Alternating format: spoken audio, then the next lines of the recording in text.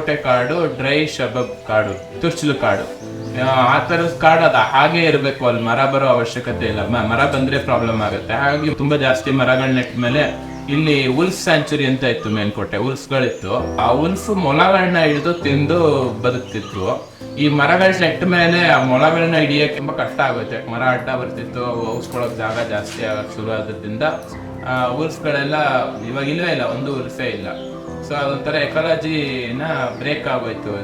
Entire cycle break ಆಗೋಯ್ತು just because ಮರಗಳು ಬಂದದ್ದಕ್ಕೆ. ಒಂದು ಸಣ್ಣ ಚೇಂಜ್ ಹ್ಯೂಮನ್ ಇಂಟರ್ವೆನ್ಷನ್ ಇಂದ. ಎಲ್ಲಾ ಪ್ರಭೇದದ ಪಕ್ಷಿಗಳು ಅಂದ್ರೆ ಎಲ್ಲಾ ಸ್ಪೀಶೀಸ್ ಆಫ್ ಬರ್ಡ್ ಗೂಡು ಕಟ್ಟುತ್ತೆ. ಸತ್ಯ ಅಥವಾ ಸುಳ್ಳು?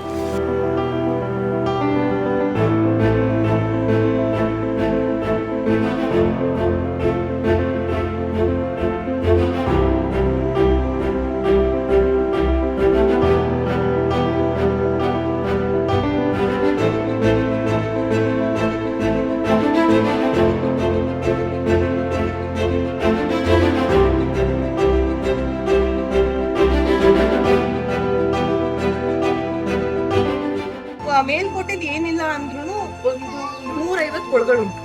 ಇದು ದೊಡ್ಡದು. ಈ ತರ ಚಿಕ್ಕ ಚಿಕ್ಕ ಚಿಕ್ಕ ಚಿಕ್ಕ ಚಿಕ್ಕ 150 ಇದೆ.